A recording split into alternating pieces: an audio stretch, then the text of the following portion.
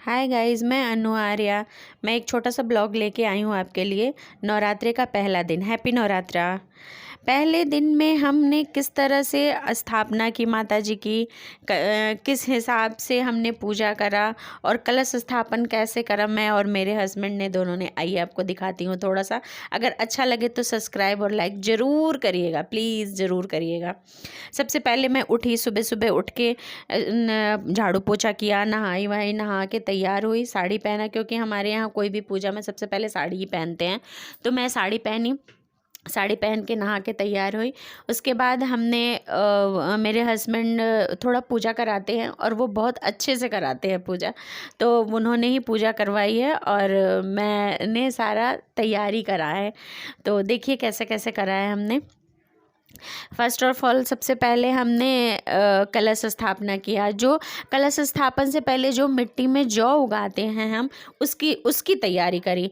तो मैं एक मिट्टी का बड़ा सा बर्तन लेके आई थी, उसमें हमने मेरे हस्बैंड ने मिट्टी के साथ जौ को मिलाया, मिक्स किया, उस पर पानी का छिड़काव किया, फिर कलश वलश रखा, कलश स्थापना की, कलश के ऊपर नारियल रखा, पल्लो, आम का जो पत्ते होते हैं उसको पल्लो बोलते हैं, तो उस पल्लो से हमने कलश के अंदर रख के, और कलश में जो जो चीज़ें डाली जाती हैं वो मंत्र के द्वारा हमने उसमें डाल के और कलश की स्थापना की। कलश की स्थापना करने के बाद हमने गौरी गणेश की स्थापना की। गौरी गणेश जी का पूजन होने के बाद, क्योंकि किसी भी पूजन में सबसे सर्वप्रथम गौरी गणेश की पूजा होती है, बाद ही कोई आप पूजा कर सकते हो। सबसे पहले बोला ही जाता है कि सबसे पहले गणपति जी की पूजा होती है, बाद में ही कोई पूजा होती है। तो हमने गौरी गणेश की पूजा की। गौरी गणेश की पूजा करने के बाद अब आई माता जी की स्थापना की बारी। तो हमारे यहाँ छोटी सी अष्ट धातु की माँ दुर्गा की मूर्ति है और हमारी घर की कुल देवी भी माँ दुर्गा हैं, तो इसलिए हम थोड़ा विशेष रूप से उनकी पूजा करते हैं, क्योंकि हमारी कुल देवी की पूजा हो जाती है और नवरात्रि में तो सभी पूजा करते हैं। तो हमने माता का अभिषेक किया, दूध, दही, पंचामृत से शहद, गुड़, घी, सबसे पंचामृत से माँ को नहलाया, फिर जल से नहलाया, फिर नहला के उनको वस्त्र पहनाए, माला वाला पहनाई और माँ का बहुत अच्छे से श्रृंगार किया। मंत्र के साथ मेरे हस्बैंड मंत्र बोल रहे थे और बता रहे थे कि कैसे कैसे करना है, तो हमने किया। क्योंकि वो, हम खुद ही ब्राह्मण हैं और वो पूजा उनको आती है अच्छे से, तो वो वही कराते हैं, वो मंत्र बोलते हैं और मैं वो सारी पूजाएं करती हूँ। किसी भी चीज़ की हो, दीपावली की हो या नवरात्रे की हो या कोई भी पूजा होती है छोटी मोटी, तो हम खुद ही करते हैं। तो अच्छे से फिर उससे एक दिन पहले मेरे बेटे का बर्थडे था, तो उसमें उसका ब्लॉग भी मैं डालूंगी अभी थोड़ी देर में।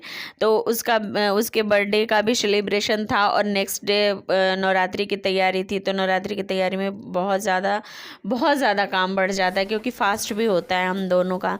तो सारी चीज़ें सफाई करो, क्यों सफाई करने के बाद बेड वेड सारा सब कुछ साफ़ सुथरा करके फिर करना पड़ता है। तो हमने अपनी तरफ से तो बहुत पूरी कोशिश की है कि हम आपको दिखाएं अखंड ज्योति कैसे जलाई जाती है, उसके मंत्र कैसे होते हैं, माँ के स्थापना के मंत्र कैसे होते हैं और किस तरह से हम करते हैं। तो एक छोटा सा ब्लॉग में हमने ये किया है। अगर आपको अच्छा लगे तो आप ज़रूर सब्सक्राइब करना और लाइक करना और बताना कि मेरी माता की पूजा कैसी हुई थी। तो इस ब्लॉग को मैं यहीं ख़त्म करती हूँ। और अगर मेरी पूजा पसंद आए तो लाइक ज़रूर करना, सब्सक्राइब ज़रूर करना। बाय।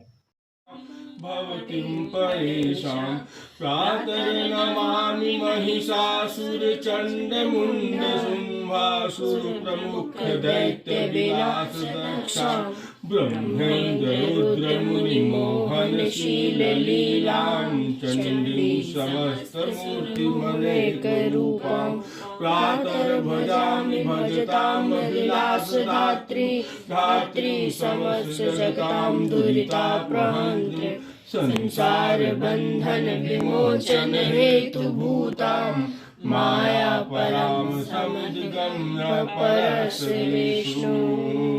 प्रेम से बोली दुर्गा महारानी की जय।